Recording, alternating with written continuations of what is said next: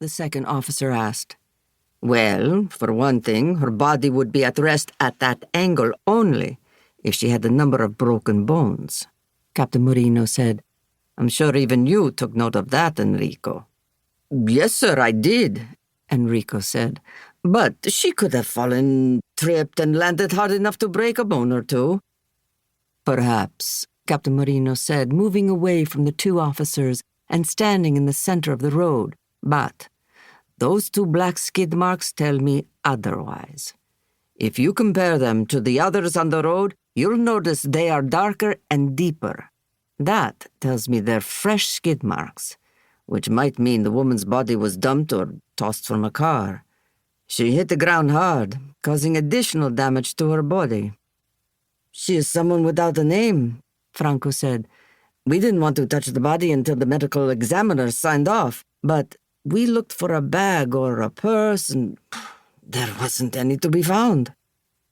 She has a name, Captain Marino said. We just don't know it yet.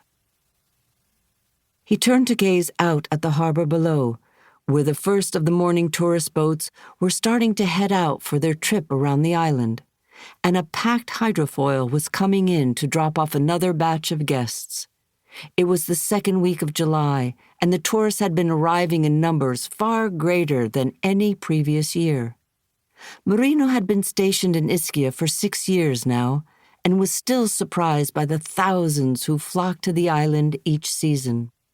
Ischia, 18 miles off the Naples coast, had been, since the late 1960s, a prime vacation destination for a devoted number of Northern Italian, German, British, and American tourists who packed its many restaurants and beaches and enjoyed the supposedly healing powers of the thermal spas spread across the large island. Captain Marino was in his mid-30s, slim with light brown razor-cut hair, and, when the occasion called for it, a warm and engaging smile. He was engaged to a local girl he had planned to marry the previous fall. The wedding had been postponed, however, due to a family illness. It was now set for the following fall, weeks after the last of the tourists had left the island, and he planned to make Ischia his permanent home, providing his superiors didn't have another transfer in mind. He was a Northern Italian who had grown to love the island and its many customs and traditions, but was still regarded with suspicion by many of the locals. Over time, he was ever so slowly building up goodwill and trust among people who gave out such feelings with great reluctance. Canvass the area. Talk to as many of the locals as you can, he said to the two officers. Focus on the ones who live close by. Maybe one or two heard something or, with luck, saw something. Perhaps they might have a clue as to who this woman is or where she came from. Not exactly a pleasant way to begin a new day, Enrico said, looking back at the crowd, grown larger since he had first come onto the scene.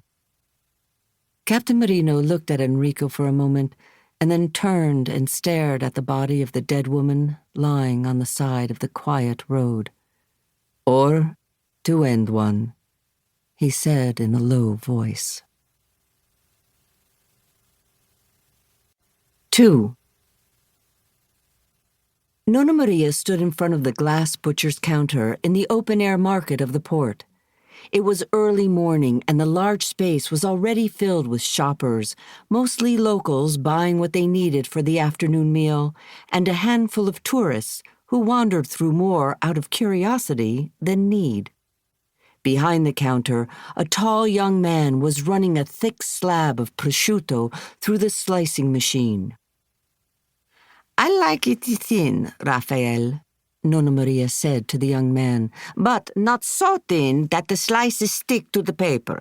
That happened to me last time I was here. Took more time to free the slices than it did to make the panini." "It's not my fault, Nonna Maria," Raphael said with a smile. "This machine has a mind of its own. It cuts the way it wants to cut." "Then you should put the machine aside and cut the slices with the knife," Nonna Maria said. "The way your father used to do.